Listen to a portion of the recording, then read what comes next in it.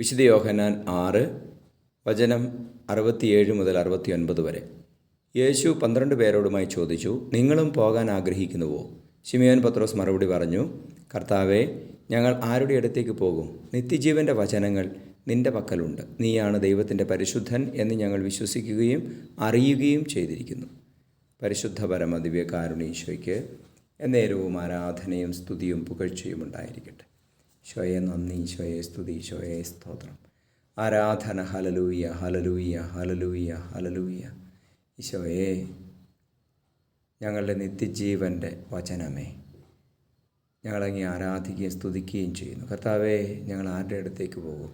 അങ്ങിൽ നിന്നാണല്ലോ ജീവൻ, നിത്യജീവൻ ഒഴുകുന്നത്. പരിശുദ്ധാത്മാവെ നിറയണമേ. നമ്മുടെ കർത്താവ് ശംശിഹായുടെ കൃപയും പിതാവായ ദൈവത്തിൻ്റെ സ്നേഹവും പരിശുദ്ധാത്മാവിൻ്റെ സഹവാസവും നിങ്ങളോടുകൂടി ഉണ്ടായിരിക്കട്ടെ, ഇപ്പോഴും എപ്പോഴും എന്നേക്കും. ആമേൻ.